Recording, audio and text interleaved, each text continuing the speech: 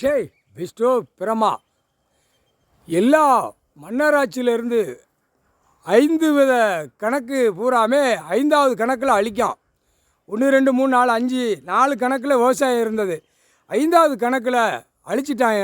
நீதி அரசரே இப்போ அதுக்கு என்ன விடை? குளத்தால் கணக்கு பண்ணி தூக்கணும். ஒவ்வொரு குளத்து கணக்கில் தூக்கையில் கணக்கு வாரியாக உள்ளே வந்துடும். முக்கால் சத்தியம் குளத்தாளுகளை அதான் குளத்துக்கு நெல் வாங்குதான்ல, நீ விவசாயம் பண்ணிதியா, அந்த இதுதான் விவசாயத்தை வச்சு பிடிப்பார். இந்த விவசாயத்துக்குள்ளே குளத்தாள் பூரா கணக்கு காட்டையில் மில்லு தொழிற்சாலை என்ன போட்டிருக்கானா, வீடு கட்டியிருப்பான் டாரா, அது எல்லாமே அவனுக்கு பூரா உள்ள குடும்பமே உள்ளே போயிடுவான். இதுதான் கணக்கு. கோர்ட்டில் உனக்கு தெரிய வேண்டாமாப்பா, கோட்டார் ஆணுக்கும் பெண்ணுக்கும்.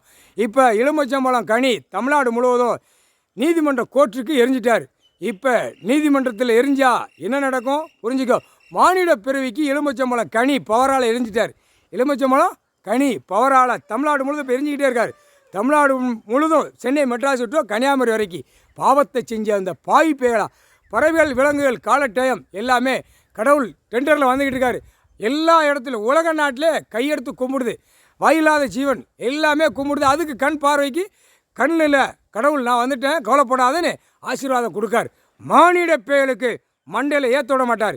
இப்போ எலுமிச்சம்பழம் கனி இறக்கையில் 1000 2000 லட்சக்கணக்காக துள்ள துடிக்காக உலக நாடு தாய் இந்தியா நாடு தமிழ்நாட்டில் ரத்தமாக பூமியில் விடுவார். அதான் கணக்கு. தமிழ்நாட்டுக்கு எலுமிச்சம்பழம் கனி இறக்கின உடனே எரிஞ்சிட்டார் மானிட பேர் ஒன்று விடாமல்.